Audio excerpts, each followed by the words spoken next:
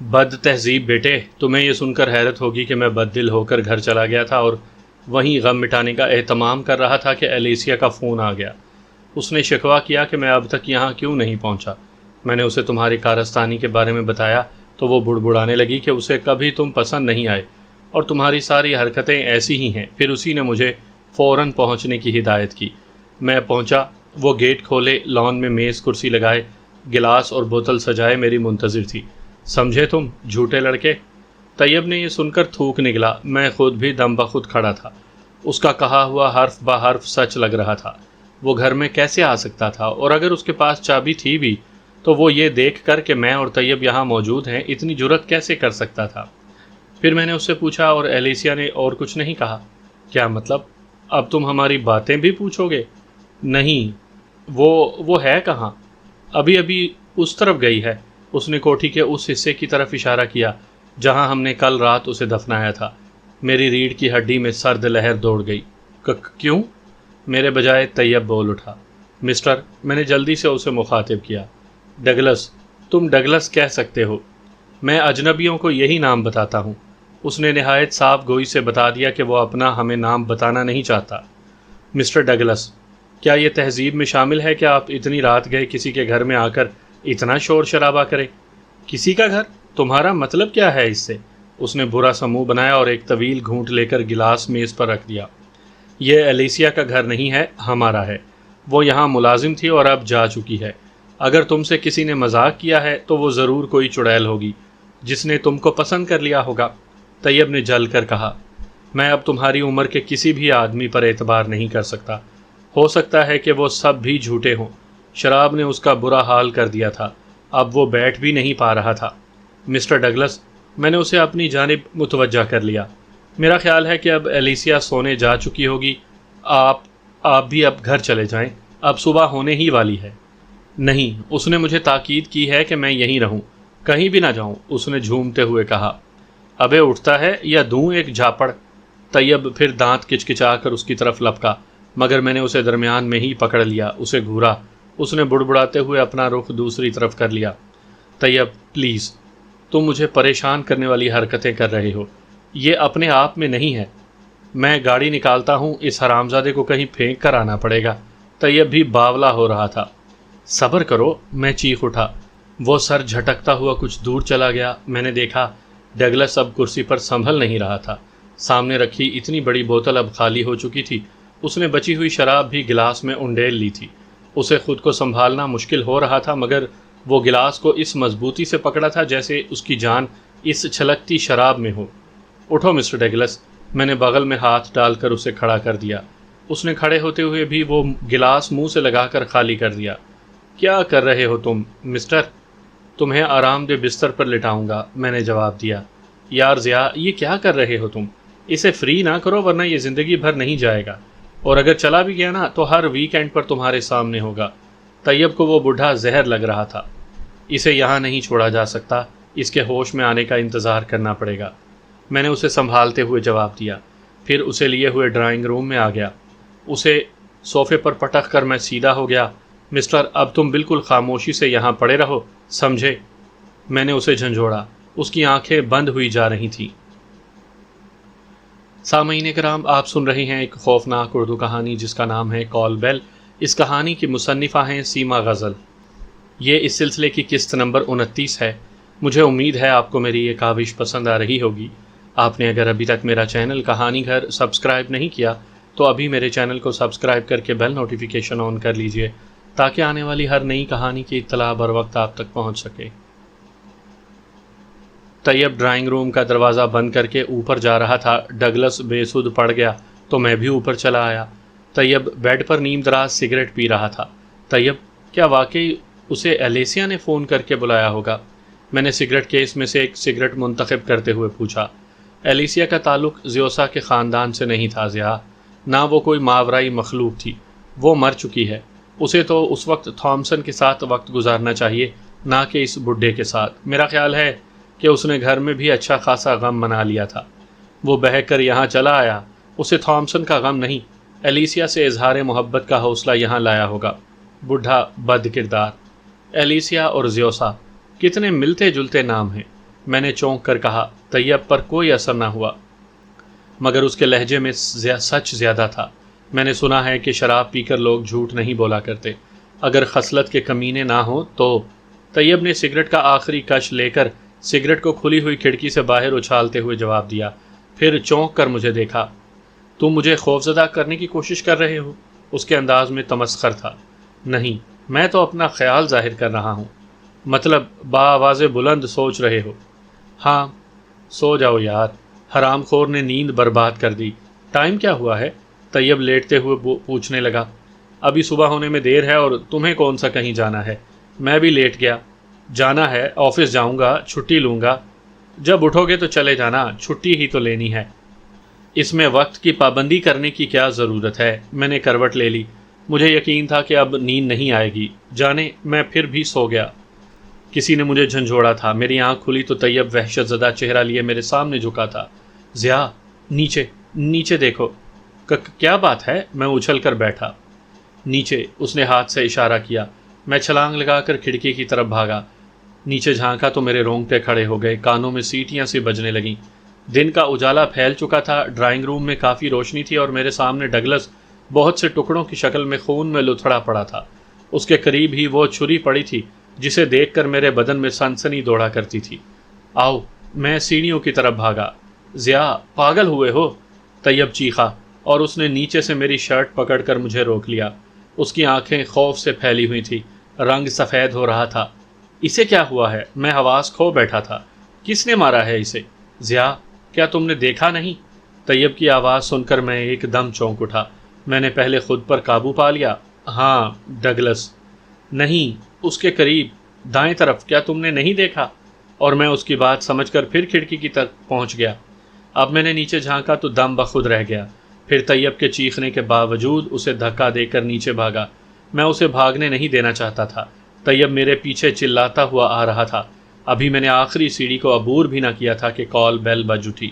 میں نے دروازے پر باہر جانے کے بجائے صوفے کے پیچھے چھلانگ لگائی، مگر میرے وہاں پہنچنے سے پہلے ہی وہ عجیب و غریب انسان کہیں غائب ہو چکا تھا۔ ہاں، وہ انسان ہی تھا، مگر توڑا مڑا سا، یوں جیسے انسان نہ ہو، بھیڑیا ہو، خونخوار بھیڑیا۔ جب میں نے طیب کے کہنے پر کھڑکی سے اندر جھانکا تو اسے ایک کونے میں دبکا دیکھ کر میرے رونگٹے کھڑے ہو گئے تھے۔ اس کے دونوں ہاتھوں میں گوشت کا ایک ٹکڑا تھا اور منہ خون میں لتھڑا ہوا تھا۔ وہ ایسی جگہ بیٹھا تھا کہ روشنی اس پر براہ راست نہیں پڑ رہی تھی، مگر چھن کر آنے والی روشنی نے اسے اور زیادہ دہشت ناک بنا دیا تھا۔ سفید رنگ، سرخی مائل بھورے بکھرے ہوئے بڑے بڑے بال، چوڑے کاندھے اور چوڑا سینہ۔ وہ ایسے بیٹھا تھا جیسے بھیڑیا اپنی پچھلی ٹانگوں کو موڑ کر بیٹھتا ہے۔ جھکے ہوئے کندھوں کے درمیان اس کا سر جھوم رہا تھا۔ بالوں کی لمبی لمبی لٹوں نے بھی اس کے چہرے کے نظر آنے والے حصے پر اندھیرا سا بکھیر رکھا تھا، مگر وہ پھر بھی مجھے صاف دکھائی دے گیا تھا۔ لیکن جب تک میں اور طیب سیڑھیاں پھاند کر نیچے پہنچے وہ غائب ہو چکا تھا۔ مگر کہاں؟ میں نے چاروں طرف دیکھا۔ طیب دروازے پر ساکت کھڑا تھا، اب کال بیل نہیں بج رہی تھی۔ طیب بہت خوف زدہ تھا، اس کی وحشت بھری نگاہیں بھی اس عجیب الخلقت بھیڑیے نما آدمی کو کمرے میں تلاش کر رہی تھی۔ کون ہے وہاں؟ میں نے طیب کو ساکت کھڑے دیکھ کر پوچھا اور چاروں طرف اسے تلاش کرنے کے لیے نگاہیں دوڑانے لگا۔ پتہ نہیں، میں نے دروازہ نہیں کھولا۔ وہ کہاں گیا؟ سنو طیب، دروازہ مت کھولنا۔ اچانک مجھے خیال آیا کہ وہ یہیں کہیں چھپا ہوا ہے اور دروازہ کھلتے ہی بھاگ سکتا ہے۔ دروازے پر جو بھی تھا شاید اب واپس جا چکا تھا۔ میں نے صوفے کی پچھلی دیوار والی میز پر رکھا لیمپ آن کر لیا۔ تیز روشنی نے میرے بدن پر چبھتی ہوئی سرد لہر سی دوڑا دی۔ پورا صوفہ خون سے تر تھا۔ ڈگلس کے گوشت کے ٹکڑے ادھر ادھر بکھرے ہوئے تھے۔ اس کی ادھڑی ہوئی خون میں لت پت ٹانگ اب صوفے کے پیچھے اسی جگہ پر پڑی تھی جہاں میں نے اوپر سے اس بھیڑیے نما آدمی کو دیکھا تھا۔ میں اس طرف بڑھا اور پھر یہ دیکھ کر میرے بدن میں پھیلی سنسنی میں اضافہ ہو گیا کہ زمین پر خون آلود کپڑوں کے گھسیٹے جانے کے سے نشان صوفے کے نیچے اس دیوار تک چلے گئے تھے جہاں رات ہم نے لکڑی کا دروازہ دیکھا تھا اور جو ہماری پوری کوشش کے باوجود نہیں کھلا تھا۔ میں دہشت سے لرزتے دل اور ڈگمگاتے قدموں کے ساتھ لکڑی کی دیوار تک پہنچ گیا، اور پھر جو کچھ میں نے دیکھا وہ شاید طیب نے بھی دیکھ لیا، جو جانے کب میرے پیچھے چلا آیا تھا۔ خون آلود جسم کے گھسیٹے جانے کے نشان دروازے تک آ کر یوں اس دیوار کی دوسری طرف چلے گئے تھے جیسے اب سے پہلے وہ دروازہ کھلا ہوا ہو اور وہ عجیب الخلقت آدمی وہیں اندر چلا گیا ہو۔ حالانکہ ایسا نہیں تھا، دروازہ کھلا ہی نہیں تھا، ورنہ اوپر سے نظر آ جاتا، یا پھر نیچے آ کر جب میں نے اس طرف چھلانگ لگائی تھی تبھی میں اسے کھلتا اور بند ہوتا دیکھ لیتا، مگر نہیں۔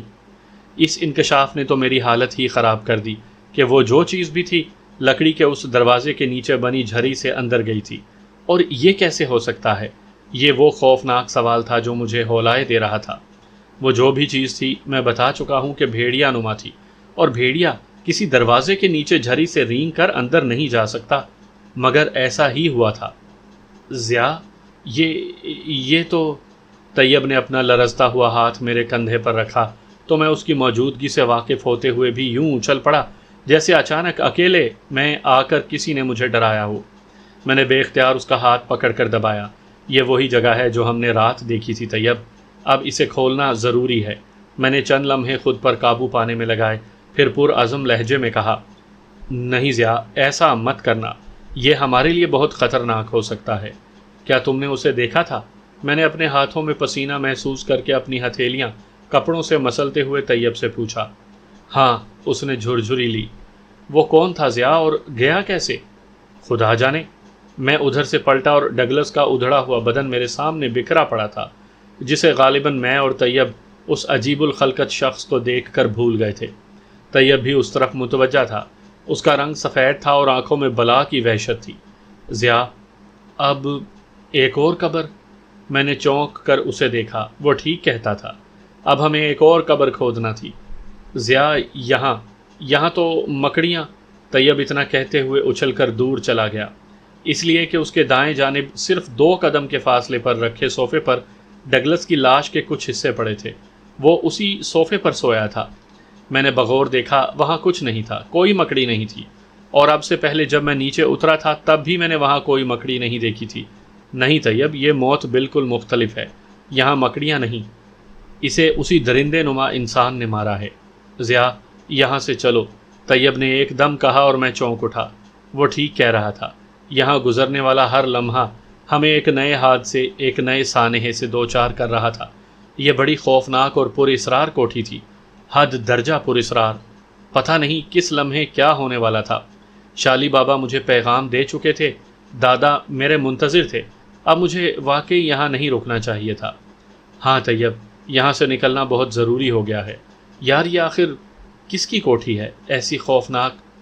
یہ خوفناک تھی نہیں، جب سے تم نے یہاں قدم رکھا ہے یہ پر اسرار بھی ہو گئی ہے اور خوفناک بھی۔ میں ایک عرصے یہاں رہا ہوں، ہم نے رقص و سرور کی محفلیں جمائی ہیں، یہاں ڈرنک پارٹیز کی ہیں، راتیں جاگ کر اور دن سو کر گزارے ہیں۔ ایک بڑھیا ایلیسیا کے علاوہ مجھے یہاں کسی چیز میں نہ کبھی پر اسراریت محسوس ہوئی تھی، نہ کسی چیز سے کبھی الجھن ہوئی۔ بہرحال ضیاء، میں زندگی کو ہنس کھیل کر گزارنے کا متمنی تھا اور ہوں۔ میں ان عذابوں میں گھرنا نہیں چاہتا، مگر تمہیں یہاں چھوڑنا بھی میرے بس میں نہیں ہے۔ پلیز یہاں سے نکل چلو، ایسا نہ ہو کہ کوٹھی کا دور تک پھیلا ہوا ویران حصہ ہمیں قبرستان میں بدلنا پڑے۔ تم اسے زنجیریں دے کیوں نہیں دیتے، یا رابرٹ کو دے دو، یا تم انہیں سورن سنگھ کو بھی تو دے سکتے ہو۔ میرے خیال سے وہ دونوں ہم سے بہتر پوزیشن میں ہیں۔ اٹھو، میں نے ڈگلس کے گوشت کے ٹکڑوں کو دیکھتے ہوئے کہا۔ یہ نہیں تھا، میں نے اس کی بات غور سے سنی نہیں تھی یا اس سے متفق نہیں تھا، مگر یہ وقت ان باتوں کا نہیں تھا۔ یہ فیصلہ ہمیں کرنا ہی تھا کہ اب کیا کریں، مگر فی الوقت ڈگلس کے ٹکڑوں کو دفنانا اور کمرے کو صاف کرنا ضروری تھا۔ میرے ذہن میں وہ بھیڑیا نما شخص اور دروازے سے رینگ کر اندر جانا پھوڑے کی طرح پک رہا تھا۔ میں دنیا کا ہر کام چھوڑ بیٹھا تھا، آفس سے چھٹیاں لے لی تھی، مگر اب تک میں کسی کام کو مکمل نہیں کر سکا تھا۔ پھر دادا کی طرف سے بھی پریشان تھا۔ میں الجھ گیا، بیزار ہو گیا۔ میرے اعصاب آہنی نہیں تھے کہ میں ان ہیبت ناک تماشوں کا متحمل ہو سکتا۔ جن، بھوت، معجزے اور بھی جتنے اس قسم کے معاملات تھے، یہ ان سب سے مختلف تھا۔ یہ مکڑیاں جادوئی نہیں تو کس کی دسترت میں تھی؟ میں نہیں جانتا تھا۔ ایلن ایسی کون سی خاص چیز تھی کہ ایک اس کے قتل سے اتنے بہت سے لوگ تماشا بن چکے تھے؟ اس دنیا میں ہزاروں قتل ہوتے ہیں، مگر ایسا کسی کے بھی ساتھ نہیں ہوتا۔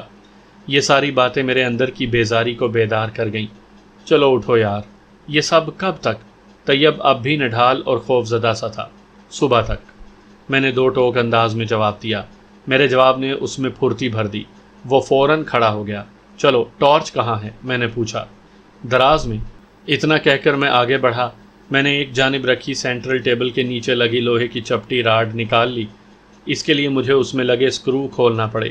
پھر میں نے اس چپٹی پٹی کی مدد سے ڈگلس کے جسم کے ٹکڑے ایک جگہ ڈھیر کی شکل میں جمع کر لیے۔ طیب ٹارچ لے کر باہر جا چکا تھا۔ اس لمحے مجھے خیال آیا کہ جانے کون آیا تھا، کس نے بیل بجائی تھی، کیوں چلا گیا۔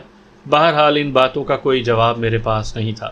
میں نے ڈگلس کے جسم کے ٹکڑوں کو میز پوش میں جمع کیا، انہیں گھسیٹتا ہوا کمرے سے باہر لے آیا۔ گو اس طرح گھسیٹنے سے سارا فرش خراب ہو رہا تھا، مگر ہمت نہیں تھی کہ اس گٹھڑی کو اٹھا کر کندھے پر رکھ لیتا۔ یہ اتنا کری آمیز کام تھا جو شاید میرے سوا کوئی نہیں کر سکتا تھا۔ میں باہر کوٹھی کی پچھلی جانب پہنچا تو طیب ضرورت کی چیزوں کے ساتھ وہاں موجود تھا۔ میں اب ان چیزوں کو اسٹور میں نہیں رکھوں گا، روز ڈھونڈنا اور اٹھا کر یہاں لانا محنت طلب کام ہے۔ وہ بڑبڑایا تھا۔ میں نے ایلیسیا کی قبر کے برابر میں اس گٹھڑی کو رکھ دیا۔ طیب نے کوئی بات کیے بغیر زمین کھودنا شروع کر دی۔ میں بھی پھاوڑا اٹھا کر شروع ہو گیا۔ معلوم نہیں کتنی دیر لگی، مگر ہم نے ایک گہرا گڑھا کھود لیا۔ گٹھڑی کو گڑھے میں پھینک کر اسے بند کرنے میں جیسے صدیاں بیتتی ہوئی محسوس ہوئیں۔ تھکن اور اعصابی ٹوٹ پھوٹ سے بدن چٹک رہا تھا، مگر آرام ابھی ہماری قسمت میں نہیں تھا۔ طیب کا حوصلہ دیکھ کر میں خود کو مضبوط کر رہا تھا، اور اس میں شاید حوصلہ اس لیے جوان تھا کہ میں نے کہہ دیا تھا کہ صبح تک ہی یہ سب کچھ کریں گے اور پھر یہ کوٹھی چھوڑ دیں گے۔ کمرہ صاف کرنے، اسے ترتیب دینے اور درست کرنے میں صبح ہو گئی۔ چڑیوں کی چہچہاہٹ اور کھڑکیوں کے شیشوں سے شفق کی سرخی مائل سنہری کرنیں کمرے میں داخل ہوئیں تو میں آخری نگاہ کمرے میں ڈال رہا تھا۔ طیب صوفے پر لیٹا ہانپ رہا تھا۔ میں نے اور اس نے اس صوفے کو جس پر ڈگلس کا خون لگ چکا تھا باہر لے جا کر پانی کی بالٹیاں بھر بھر کر ڈالیں اور اس میں خون نکال دیا اور سوکھنے کے لیے اسے باہر ہی چھوڑ دیا۔ کیا اب تم اس صوفے کے سوکھنے کا انتظار کرو گے؟ طیب نے مجھے چونکا دیا۔ دفعتاً مجھے احساس ہوا کہ میرا حلق خشک ہو چکا ہے۔ میں نے کچن میں جا کر ٹھنڈا پانی پیا۔ طیب کی نگاہیں مسلسل میرا تعاقب کر رہی تھی۔ پھر کیا کرو گے؟ اسے یہیں چھوڑ جاؤ گے؟ یہ تمہارے دوست کی امانت ہے، وہ کیا سوچے گا کہ کیوں اگر یہ باہر ہی پڑا رہا تو خراب ہو جائے گا۔ یہ تمہارا معاملہ نہیں ہے ضیاء، میں اسے نیا صوفہ لے دوں گا، مگر خدا کے واسطے اب یہاں سے نکلو۔ وہ کھڑا ہو گیا۔ میں نے چند لمحے سوچا، وہ ٹھیک کہتا تھا، یہ میرا معاملہ نہیں تھا۔ میں اوپر جانے کے لیے آگے بڑھا، طیب میرے ساتھ تھا۔ ہم نے اپنا سامان سمیٹا اور اس کوٹھی پر آخری نگاہ ڈال کر وہاں سے نکل آئے، حالانکہ مجھے نامعلوم کیوں یہ شک تھا کہ ہم وہاں سے نکل نہیں پائیں گے۔ وہ جو بھی تھی میرے پیچھے پڑ چکی تھی، طیب بھی اب اس کے حصار میں تھا۔ مجھے یہ یقین تھا کہ ہمارے نکلتے نکلتے ایسا کوئی حادثہ ضرور ہوگا کہ جس سے ہم نکل نہیں پائیں گے، مگر حیرت انگیز طور پر ہم کوٹھی کو لاک کر کے اس کے گیٹ کو عبور کر آئے تھے۔ طیب کی گاڑی خراب تھی اور گیراج گئی ہوئی تھی، اس لیے ہم اس چوڑی سڑک کی طرف چل دیے جہاں سے ہمیں ٹیکسی مل جاتی۔ ہمارے بیگ ہمارے کاندھوں پر تھے اور ان میں اتنا سامان نہیں تھا، مگر کندھے تو قبریں کھودتے کھودتے شل ہو چکے تھے، اس لیے مجھے لگ رہا تھا جیسے میں ایک پہاڑ کندھے پر رکھے چل رہا ہوں۔ ہمیں جلد ہی ٹیکسی مل گئی۔ ریلوے اسٹیشن چلو، میں نے اس ٹیکسی میں بیٹھتے ہی کہا۔ طیب نے چونک کر مجھے دیکھا۔ کیوں؟ وہ بولا، ہم پہلے دہلی جائیں گے۔ میں نے جیب سے سگریٹ کا پیکٹ نکال کر اس میں سے سگریٹ منتخب کرتے ہوئے جواب دیا۔ پاگل ہوئے ہو کیا؟ حالت دیکھ رہے ہو اپنی اور میری؟ اس نے میری توجہ اپنے اور میرے حلیے کی طرف دلائی۔ یہ میں دیکھ چکا تھا کہ ہمارے کپڑوں پر خون کے دھبے نہیں، کیونکہ ہم کپڑے بدل چکے تھے، مگر نہائے بغیر۔ ہمارے جسم مٹی سے اٹے تھے اور پسینے نے اس مٹی کو ہمارے بدن پر قلعی کی طرح جما دیا تھا۔ یقیناً نیم گرم پانی سے غسل ہمیں ہلکا پھلکا کر سکتا تھا، مگر میں گھر نہیں جانا چاہتا تھا۔ مجھے لگ رہا تھا جیسے زیوسا کا سایہ میرا تعاقب کر رہا ہے۔ پر اسراریت اب بھی اندیکھی زنجیر کی طرح میرے پیروں میں لپٹی ہوئی ہے، اور میں نہیں چاہتا تھا کہ میرے ساتھ زیوسا کا منحوس سایہ زہرا آپا کے گھر کو بھی اپنی خوفناک پناہوں میں لے لے، مگر طیب یہ سب نہیں سوچ رہا تھا۔ ہم اسٹیشن کے قریب حمام میں نہا لیں گے۔ میں نے اسے تفصیل بتانے کے بجائے اسے ٹالنا چاہا۔ کیوں؟ ہمارے پیچھے کیا جنگلی لگے ہیں؟ وہ عجیب آدمی تھا۔ لمحہ بھر میں پچھلے خوفناک واقعات کو بھول جانا اس کے لیے ایک نعمت ہی تھا۔ پہلے میں نے چاہا کہ اسے یاد دلاؤں، مگر بے وجہ اسے اذیت میں مبتلا کرنا میں نے مناسب نہ سمجھا۔ نہیں، جنگلی تو نہیں لگے ہیں، دادا کی طرف سے پریشانی ہو گئی ہے، پھر شالی بابا کسی جنگل یا غاروں میں گم نہ ہو جائیں، بس یہی پریشانی ہے۔ دہلی جانے والی ٹرین چلنے میں ابھی 2.5 گھنٹے ہیں، طیب نے اکتائے ہوئے انداز میں جواب دیا۔ ٹیکسی درمیانی رفتار سے اسٹیشن کی طرف بڑھ رہی تھی۔ یہ 2.5 گھنٹے ہمارے نہانے، اچھے سے ہوٹل میں بہترین قسم کا ناشتہ کرنے اور گرما گرم چائے پینے میں گزر جائیں گے، میں نے کہا اور کھڑکی سے باہر دیکھنے لگا۔ مجھے اب بھی خوف تھا، کسی انہونی کا، کسی حادثے کا، سانحے کا، کسی خوفناک واقعے کے رونما ہونے کا، مگر سکون اتنا گہرا ہو چکا تھا کہ مجھے میرے دل کے دھڑکنے کی آواز اپنے پورے وجود میں گونجتی ہوئی محسوس ہو رہی تھی۔ ہم بے پناہ مصروف سڑک پر سے گزر رہے تھے، مگر سناٹا گہرا ہی ہوتا چلا جا رہا تھا۔ میرے اندر صرف سناٹے کی گونج تھی، اپنی تمام حصوں پر گراں گزرنے والی گونج۔ طیب اب چپ ہو گیا تھا، ٹیکسی والا بھی چپ تھا، شیشے چڑھے ہوئے تھے، مجھے لگا جیسے حبس سے مر ہی جاؤں گا۔ شیشوں کا خیال آتے ہی میں نے خود کو تسلی دینا چاہی کہ میں اس لیے سناٹا محسوس کر رہا تھا۔ میں نے فوراً شیشے اتار دیے۔ باہر ٹریفک کا شور تھا، مگر یوں جیسے ایک چھوٹے سے حصے میں سمٹا ہوا ہو۔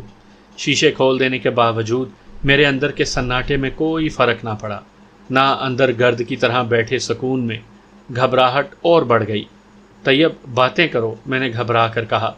طیب نے مجھے حیرانگی سے دیکھا، پھر شاید اسے میرے چہرے سے اندر کی کیفیت کا احساس ہو گیا۔ کیا ہوا ضیاء؟ اس نے میری جانب سرک کر سرگوشی کی۔ کچھ نہیں، کچھ گھبراہٹ سی ہو رہی ہے۔ وہ پتھر ہے نا تمہارے پاس؟ ہاں۔ طیب کا ہاتھ بے ساختہ اپنے کوٹ کی اندرونی جیب میں رینگ گیا۔ میں نے اس کے چہرے پر اطمینان پھیلتا دیکھا، جس کا مطلب تھا کہ اس نے چھو کر تصدیق کر لی ہے۔ کیا دوں؟ نہیں، میں نے جواب دیا۔ پھر جانے مجھے کیا ہوا کہ میں نے اس کا ہاتھ تھام لیا۔ میری اس بے ساختہ قسم کی حرکت نے مجھے جیسے ایک جادوئی حصار سے باہر نکال لیا۔ ٹریفک کے بے پناہ شور نے مجھے اچھل جانے پر مجبور کر دیا۔ کیا ہو رہا ہے تمہیں ضیاء؟ اب طیب پریشان ہو گیا۔ کچھ نہیں، اب میں ٹھیک ہوں۔ میں نے مسکرا کر اسے دیکھا۔ کیا تم کچھ محسوس کر رہے ہو؟